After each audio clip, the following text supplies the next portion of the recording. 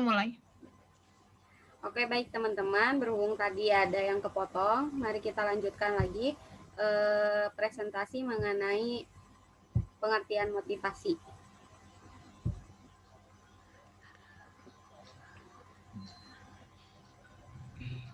Sudah muncul? Apa belum? Belum. Sudah ada? Tadi sampai sini ya, metafora Ya, untuk motivasi. mohon. Silakan dilanjutkan, Ibu Nurul Agni. Terima kasih ya, dan mohon maaf tadi ada sedikit kesalahan teknis. Oke, untuk metafora motivasi, metafora adalah pemakaian kata atau kelompok. Kata bukan dengan arti yang sebenarnya, melainkan sebagai lukisan yang berdasarkan persamaan atau perbandingan. Metafora merupakan salah satu majas. Nah, metafora itu apa ya, frase atau kata kiasan dalam mengutarakan perasaan. Kita tidak hanya menggunakan kata-kata, namun juga menggunakan metafora atau kiasan kata. Contoh yang paling sering kita dengar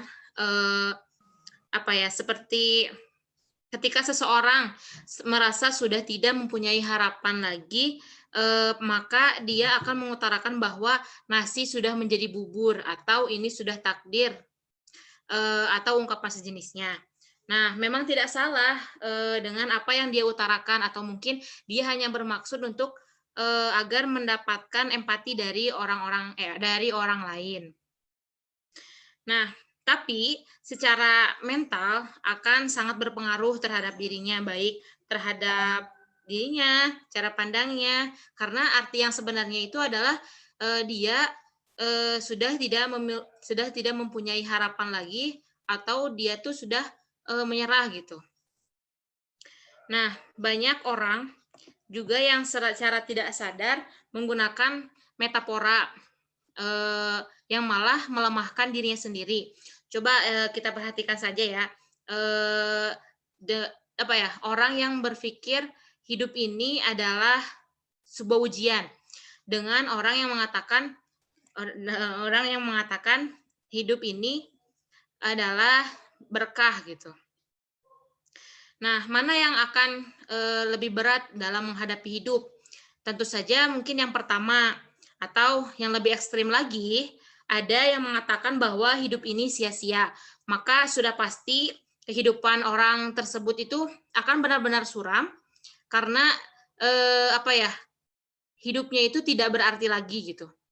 Namun dibandingkan dengan orang yang mengatakan hidup adalah berkah, maka apapun yang dihadapinya akan selalu terasa menyenangkan gitu. Karena diiringi dengan rasa syukur kayak gitu-gitu. Metafora juga bisa memotivasi atau melemahkan, karena orang tersebut akan berperilaku seakan-akan metafora itu memang benar-benar nyata baginya gitu. Nah, next step, Popi.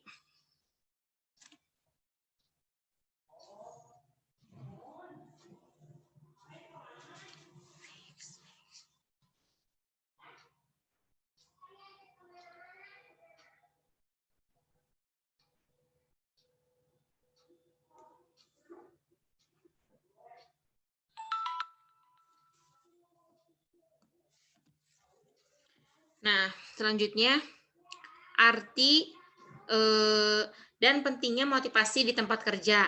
Dalam buku Perintis Vitalis 1953 tentang motivasi di tempat kerja, jelas bahwa dia menyamakan motivasi dengan produktivitas. Dia melihat motivasi sebagai metode di mana seorang pemberi kerja membagikan kerjasama dari para pekerja.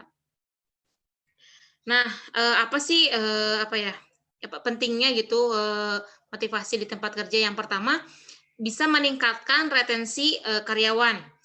Nah, saat memasuki dunia kerja, secara alami ya, karyawan memiliki niat untuk bekerja. Jadi, memang pas awal-awal kita masuk Jadi, seseorang masuk kerja itu memang kayak semangatnya masih membara, niatnya juga masih pokoknya semangat banget gitu ya.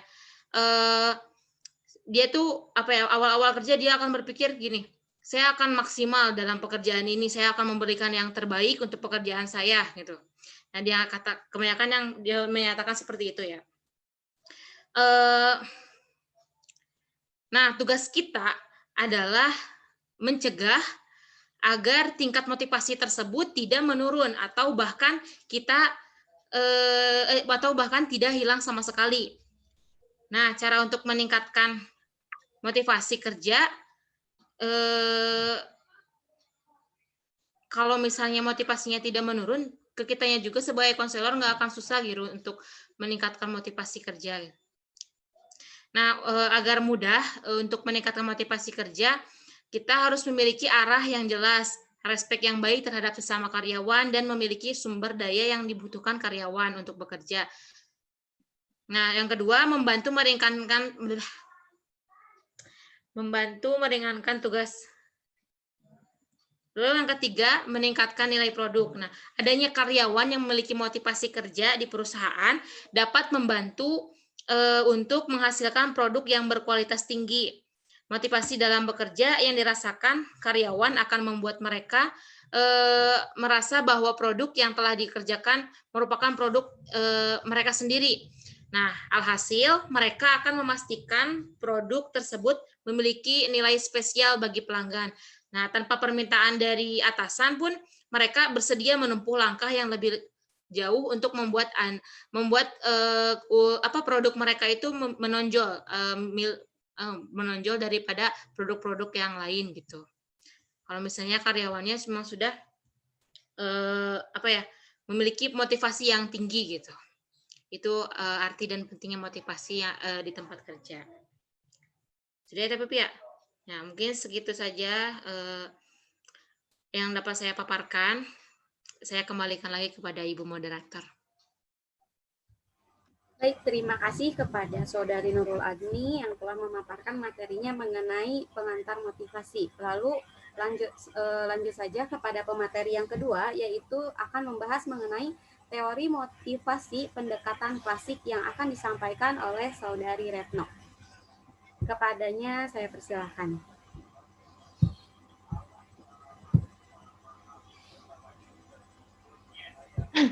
Baik, suaranya kedengeran nggak? Iya, kedengeran. Nah, langsung aja ya. Selanjutnya yaitu materi mengenai teori motivasi pendekatan klasikal. Nah, next teh. Nah, yang pertama itu ada teori orang sebagai mesin. Nah, tinjauan sebelumnya dari teori motivasi ini termasuk dua metafora utama. Yang pertama orang sebagai mesin dan orang sebagai ilmuwan. Nah, kita akan menggunakan metafora ini sebagai perangkat pengorganisasian untuk mempertimbangkan beberapa teori perwakilan motivasi kerja. Seperti yang akan kita ingat, metafora mesin didasarkan pada premis bahwa motivasi adalah proses yang sebagian besar tidak disadari, di mana individu merespon kondisi internal, misalnya kebutuhan atau dorongan, atau rangsangan eksternal, misalnya penghargaan. Nah, yang secara refleksif atau otomatis. Kita akan mempertimbangkan dua contoh klasik dari dua pendekatan mekanis ini, teori internal dan teori eksternal. Next deh. Teori mekanik internal atau teori kebutuhan Maslow. Nah, Abraham Maslow mengemukakan bahwa semua manusia memiliki seperangkat kebutuhan dasar dan bahwa kebutuhan ini mengekspresikan diri mereka sendiri selama rentan hidup individu sebagai dorongan atau dorongan internal. Nah, dengan demikian teori kebutuhan Maslow ini lebih merupakan teori perkembangan manusia daripada motivasi kerja. Nah, pada umumnya teori ini mengusulkan bahwa ketika kita muda, kita lebih mementingkan kesehatan fisik kita. Saat kita menjadi lebih aman di dunia fisik kita kemudian mulai menekankan kebutuhan sosial. Akhirnya, ketika fondasi sosial kita tampaknya aman, kita kemudian berkonsentrasi pada pengembangan kemampuan dan kapasitas kita sepenuhnya. Jadi, Maslow mengusulkan 5 perangkat kebutuhan yang berbeda dan mengaturnya secara hierarkis. Nah, dalam modelnya, kebutuhan yang lebih rendah lebih diutamakan daripada kebutuhan yang lebih tinggi. Kebutuhan yang 5 tersebut, itu yang pertama kebutuhan fisiologis. Ini yang umumnya dirujuk oleh teori pembelajaran sebagai kebutuhan atau dorongan dasar dan dipenuhi oleh hal-hal seperti makan, air, makanan, minuman, dan istirahat, seperti itu. Terus yang kedua itu kebutuhan untuk dilindungi. Nah, kategori ini mengacu pada kebutuhan yang dimiliki individu untuk menghasilkan lingkungan yang aman, lingkungan yang bebas dari ancaman terhadap kelangsungan hidupnya. Terus yang ketiga itu ada kebutuhan sosial atau kasih sayang. Kebutuhan ini dikaitkan dengan faktor interpersonal. Mereka mengacu pada keinginan individu untuk diterima oleh orang lain. Kemudian yang keempat itu kebutuhan esteem. Kebutuhan ini dikaitkan dengan dihormati karena pencapaian atau kemampuannya. Nah, lalu yang terakhir atau yang kelima itu kebutuhan aktualisasi diri. Kebutuhan ini merujuk pada keinginan di pihak individu untuk mengembangkan kapasitasnya sepenuhnya. Dalam teori Maslow, hanya sedikit orang yang benar-benar memenuhi kebutuhan ini. Sebaliknya, individu tersebut akan selalu berusaha untuk tumbuh dan berkembang. Nah, dalam teori Maslow ini juga, individu akan termotivasi untuk memenuhi kebutuhan paling dasar yang tidak terpenuhi. Jadi, jika kebutuhan fisiologis dan keamanan seseorang terpenuhi, maka individu tersebut akan mengeluarkan energi untuk berusaha memenuhi kebutuhan cinta tersebut atau kasih sayang tersebut. Nah, ketika kebutuhan kasih sayang terpenuhi, individu akan termotivasi oleh keadaan yang akan memuaskan kebutuhan penghargaan dan seterusnya. Nah, jika kebutuhan tingkat rendah yang pernah terpenuhi muncul kembali, maka orang tersebut akan segera kembali ke tindakan yang mungkin memenuhi kebutuhan tingkat rendah yang sekarang tidak terpenuhi. Nah, teori model Maslow ini sangat cocok dengan metafora orang sebagai mesin. Perilaku individu tidak disadari dan otomatis individu akan menanggapi kepuasan apapun yang paling rendah kebutuhan yang tidak terpenuhi. Next. Nah, lalu ada variasi teori Maslow.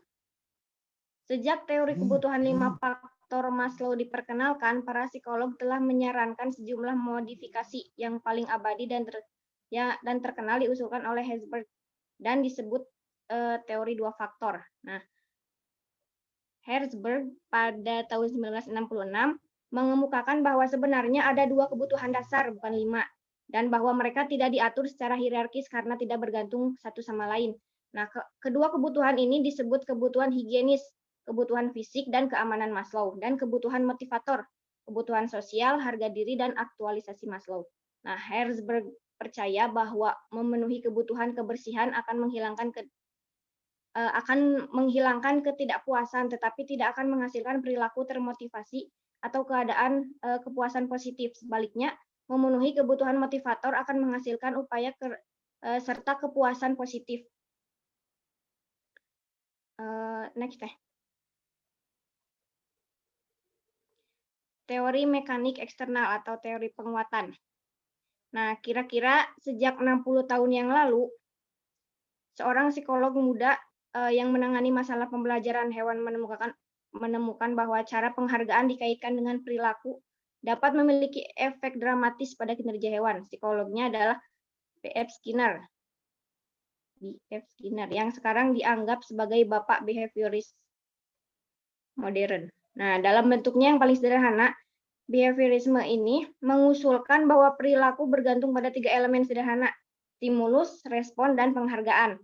Tidak masalah apakah perilaku yang diamati adalah tikus putih di kandang percobaan, anak yang sedang belajar cara menggunakan pisau dan garpu, atau pekerja yang dihadapkan pada tantangan produksi. Nah, proporsi mekanis behaviorisme ini adalah bahwa jika respon dengan adanya stimulus tertentu dihargai, yaitu diperkuat, respon tersebut kemungkinan besar akan terjadi lagi dengan adanya stimulus tersebut. Next. Nah, teori yang kedua yang tadi itu orang sebagai ilmuwan. Pada tahun 1970, sebagian besar bidang psikologi terperangkap dalam apa yang disebut revolusi kognitif. Teori motivasi secara umum dan teori motivasi kerja pada khususnya tidak terkecuali. Nah, unsur utama dalam pendekatan ini adalah kapasitas individu untuk belajar dari masa lalu dan mengantisipasi masa depan. Ini memungkinkan kemungkinan perilaku yang disengaja, perencanaan, penerimaan, tujuan, dan yang paling penting pilihan. Teori mekanik tidak memasukkan konsep pilihan secara formal. Untuk menggunakan metafora orang sebagai ilmuwan, pekerja sekarang dipandang sebagai makhluk rasional yang mampu mengumpulkan dan menganalisis informasi dan membuat keputusan berdasarkan informasi tersebut. Next. Nah, ada yang disebut dengan teori, apa ya dibacanya, VIE room kayaknya. Nah, teori motivasi kerja formal pertama yang menyarankan bahwa orang mempertimbangkan pilihan sebelum memilih di antara mereka adalah teori jalur tujuan dari Georgopoulos, Mohane, dan Jones. Nah, mereka beralasan bahwa jika seorang pekerja melihat produktivitas tinggi sebagai jalan menuju tujuan penghargaan yang diinginkan atau tujuan pribadi, pekerja tersebut kemungkinan besar akan menjadi produsen yang tinggi. Sebaliknya, jika produktivitas rendah dilihat sebagai jalan menuju penghargaan yang diinginkan, pekerja tersebut kemungkinan besar akan menjadi produsen yang rendah. Nah, teori ini sederhana dalam konsepsi, tetapi menandai perubahan dramatis dalam pemikiran tentang motivasi, pergeseran dari orang sebagai mesin ke orang sebagai ilmuwan. Nah, pendekatan baru disajikan dengan cara yang lebih elegan oleh Virum pada 1964 dalam sebuah teori yang kemudian dikenal sebagai teori VIE. V itu valence, I instrumentally, dan ekspektasi atau valensi, perantara, dan harapan. Nah, jika Anda pernah mempelajari kimia, kita akan ingat bahwa valensi mengacu pada gaya tarik atau tolak suatu elemen. Nah, Virum beralasan bahwa objek psikologis dalam suatu lingkungan juga memiliki daya tarik dan tolak. Nah, bagi kebanyakan orang, uang akan menarik dan pekerjaan yang tidak menarik akan membuat mereka mundur. Nah, untuk sebagian orang juga, elemen teori Virum ini tidak jauh berbeda dari pendekatan orang sebagai mesin sebelumnya. Ini merupakan pengakuan sederhana bahwa orang memiliki kebutuhan atau keinginan. Nah, elemen yang kedua itu dalam teori Virum yaitu instrumentality atau perantaraan. Nah, mewakili jawaban atas pertanyaan, jika saya mampu melakukan seperti yang diharapkan, apakah saya mungkin menerima hasil atau penghargaan yang diharapkan? Nah, perantara berhubungan dengan hubungan antara kinerja dan pencapaian hasil tertentu. Pertimbangan promosi. Promosi biasanya berarti gaji yang lebih tinggi serta peningkatan prestasi. Nah, tetapi itu juga dapat mencakup tanggung jawab yang meningkat, jam kerja yang lebih lama, dan bahkan total kompensasi tahunan yang lebih rendah. Nah, elemen yang ketiga dari teori Virum ini yaitu harapan. Berkaitan dengan keyakinan individu bahwa upaya yang meningkatkan akan menghasilkan kinerja yang sukses. Ketika kita menggabungkan ketiga elemen, yaitu VIE tadi, kita dapat melihat teori lengkapnya. Seperti yang kita lihat, teori tersebut mengasumsikan bahwa individu adalah kalkulator. Dia diharapkan untuk memperkirakan probabilitas yang terkait dengan valensi, perantaraan, dan ekspektasi. Nah, disinilah orang sebagai ilmuwan berperan sebagai individu yang mencoba menggabungkan informasi menggunakan VI dan I untuk membangun mereka membuat keputusan tentang pilihan tindakan. Nah, jika seorang manajer ingin menerapkan teori Virum ini, dia akan berkonsentrasi pada 3 hal. Yang pertama itu memotivasi karyawan dengan menawarkan hasil yang memiliki valensi tinggi. Yang kedua, memperjelas instrumen dengan memberitahu karyawan bahwa kinerja tinggi terkait dengan hasil yang positif. Dan yang ketiga yaitu perjelas ekspektasi dengan menjelaskan kepada karyawan bahwa kerja keras akan menghasilkan kinerja yang lebih tinggi. Next. Nah, yang kemudian yaitu teori ekuitas. Teori orang sebagai ilmuwan ini populer diajukan juga oleh Adams pada 1965. Seperti dalam teori VIE Virum, Adams mengungkapkan bahwa manusia adalah kalkulator, tetapi dengan cara yang agak berbeda dengan yang dikemukakan oleh Virum. Nah, Adams pada 1965 mentransplantasikan ide Festinger ke tempat kerja dan mengembangkan teori yang kemudian dikenal sebagai teori ekuitas. Dia menyarankan agar individu melihat dunia mereka dalam hal input dan hasil komparatif. Mereka menghitung apa yang mereka investasikan dalam pekerjaan mereka, misalnya pelatihan, upaya, kemampuan, dan lain-lainnya, dan apa yang mereka dapatkan darinya, misalnya kompensasi, rekan kerja, tingkat minat dari pekerjaan itu sendiri. Nah, mereka kemudian membandingkan masukan mereka dan hasil dibandingkan dengan orang lain. dengan mengembangkan rasio. Nah, jika rasio hasil atau masukan mereka sendiri identik dengan rasio hasil atau masukan dari perbandingan mereka yang lain, maka tidak akan ada ketegangan dan tidak akan ada tindakan selanjutnya untuk menghilangkan ketegangan itu. Mungkin itu yang dapat saya sampaikan. Mohon maaf apabila banyak sekali kekurangannya. Saya kembalikan kepada moderator. Terima kasih Retno yang telah menyampaikan materinya mengenai teori motivasi pendekatan klasik. Langsung saja kepada pemateri yang ketiga, yaitu mengenai pendekatan modern untuk motivasi kerja yang akan disampaikan oleh Saudari Nurul Ain. Kepadanya saya persilahkan. Baik, kedengaran ya suaranya. Nurul Aini ya Tepop. Oh iya, Nurul Aini, mohon maaf. Baik, teman-teman. Di sini saya akan menjelaskan materi mengenai pendekatan modern untuk motivasi kerja. Tadi sudah dijelaskan mengenai pendekatan secara klasikalnya ya. Nah, sekarang akan menjelaskan pendekatan modern untuk motivasi kerja. Next step. Nah, poin itu ada dua. Pertama, pendekatan personal intention. Yang kedua, konsep efikasi diri dalam teori motivasi modern. Next.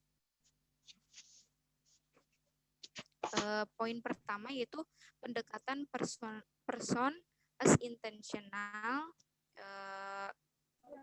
Bagi beberapa orang ya, mungkin tampak rumit teori ini karena sangat bergantung pada model orang sebagai ilmuwan. Nah, dan khususnya konsep ini rasionalitas sempurna gitu. Teori ini berasumsi bahwa individu memiliki perilaku yang disengaja. Nah, menekankan pada gagasan perilaku yang disengaja ini.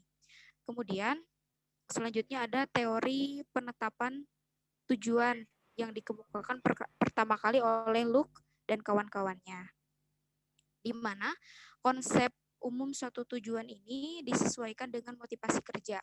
Nah, dalam pendekatan ini juga tujuan dipandang sebagai motivasi kekuatan dan individu yang menetapkan tujuan yang spesifik dan sulit berkinerja lebih baik daripada individu yang hanya mengadopsi tujuan dengan kata-kata lakukan yang terbaik atau tanpa tujuan sama sekali gitu. Nah, teori penetapan tujuan juga telah bertahan dan berkembang menjadi pendekatan yang matang dan komprehensif untuk motivasi kerja. Nah, jadi meskipun muncul dalam periode klasik ya, yang tadi klasikal, untuk teori motivasi ini, ia telah menjadi teori modern yang jelas gitu. Jadi teori penetapan tujuan ini sudah menjadi teori modern yang jelas. Kemudian gagasan tentang teori penetapan tujuan ini dianggap sebagai kekuatan motivasi yang telah mapan dan mumpuni. Seperti kata Luke adalah salah satu orang pertama yang mengadaptasi konsep umum tujuan menjadi motivasi kerja. Nah, dan salah satu deskripsi teori yang paling komprehensif.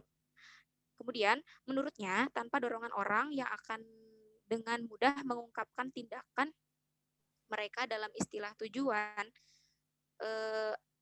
juga kita dapat mengambil untuk mempersiapkan karir, kemudian untuk mempersiapkan eksplorasi suatu tujuan. Nah, jadi konsep ini itu, teori penetapan tujuan ini tuh memang ketika kita ingin mengeksplorasi suatu pekerjaan, ketika kita ingin mempersiapkan karir, nah itu tujuannya gitu. Seperti itu. Nah, tujuan ini juga bisa dianggap sebagai maksud dari hasil tadi keinginan kita gitu.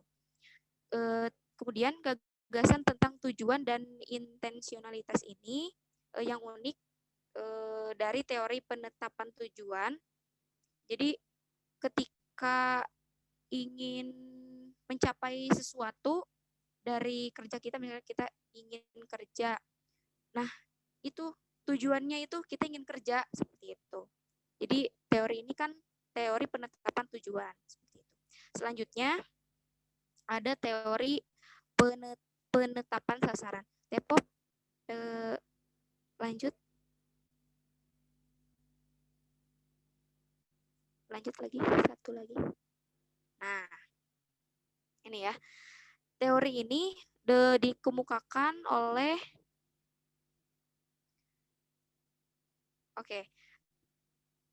teori ini dikemukakan oleh Artis dan kawan-kawannya gitu. Jadi teori kedua ya, teori penetapan sasaran, sifat pekerjaan yang berubah akan menghadirkan tantangan baru untuk pengembangan berkelanjutan dengan relevansi teori penetapan tujuan gitu.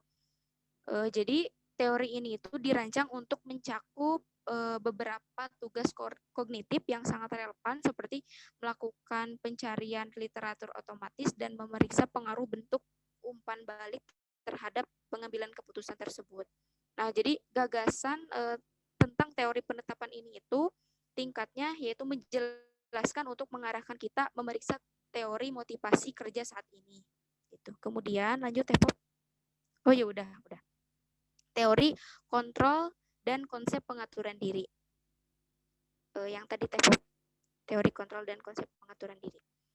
Nah, teori kontrol didasarkan pada prinsip loop umpan balik yang mengasumsikan bahwa seseorang membandingkan standar dengan aktual hasil dan menyesuaikan perilaku untuk membawa hasil sesuai dengan standarnya.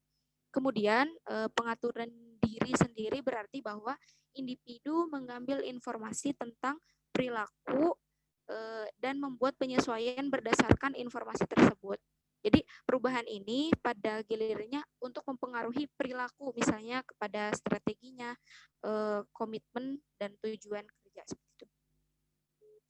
Nah, kemudian menurut teori pengaturan diri, seseorang dapat meningkatkan motivasi kerja dan prestasi kerja dengan terlibat dalam strategi seperti mencari umpan balik dan melakukan perubahan yang konstruktif, dan ini adalah proses yang aktif dan dinamis. Jadi teori pengaturan diri ini yaitu proses yang harus berproses yang aktif dan dinamis, bukan yang pasif atau hanya tabah dan sabar saja, seperti itu.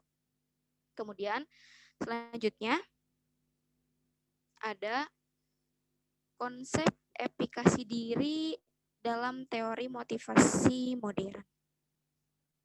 Nah, efikasi diri berhubungan lebih khusus dengan keyakinan kita pada kemampuan diri atau dalam kemungkinan bahwa kita berhasil menyelesaikan tugas yang sulit dengan sukses.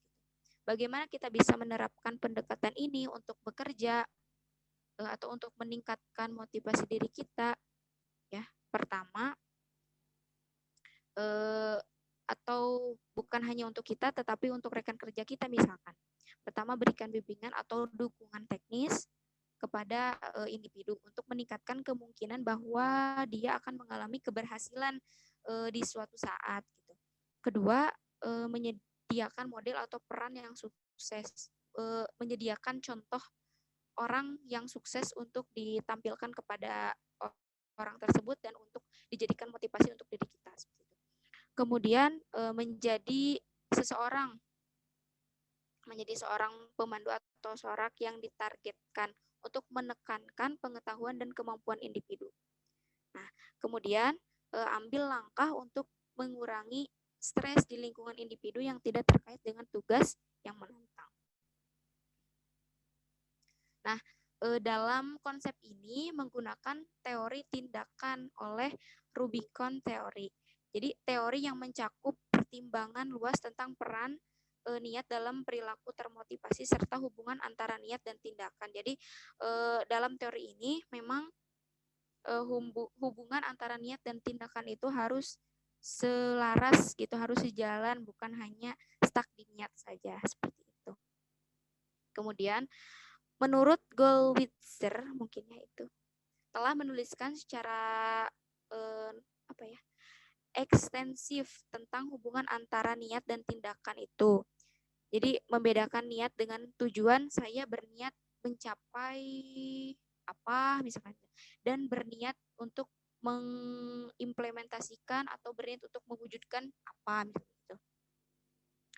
Nah, juga dia mengidentifikasi 4 fase aksi berturut-turut dalam pengerjaan tujuan aktifnya. Pertama, prediksi. Memeriksa keinginan seseorang untuk menentukan keinginan mana yang paling kuat dan paling layak untuk dicapai. Yang kedua, pasca keputusan. Merencanakan dan mengembangkan strategi untuk tindakan yang berhasil. Yang ketiga, actional. Sebenarnya mengarahkan upaya untuk mencapai hasil yang diinginkan. Nah, yang keempat, evaluatif. Membandingkan apa yang dicapai dengan apa yang diinginkan. Nah, jadi efikasi diri ini yang memainkan peran untuk semakin penting dalam kebanyakan teori tentang motivasi kerja. Nah, dapat dikembangkan melalui pengalaman penguasaan, pemodelan, kayak yang seperti tadi, persuasi sosial atau keadaan fisiologis. Mungkin itu saja yang dapat saya sampaikan dan saya kembalikan kepada moderator. Terima kasih kepada Nurul Aini yang telah memaparkan materinya mengenai pendekatan modern untuk motivasi kerja. Lalu yang selanjutnya yaitu materi terakhir dari narasumber kita yaitu mengenai masalah praktis dalam motivasi yang akan disampaikan oleh Resa. Kepada Resa, saya persilakan. Baik, selanjutnya akan materi mengenai masalah praktis dalam motivasi.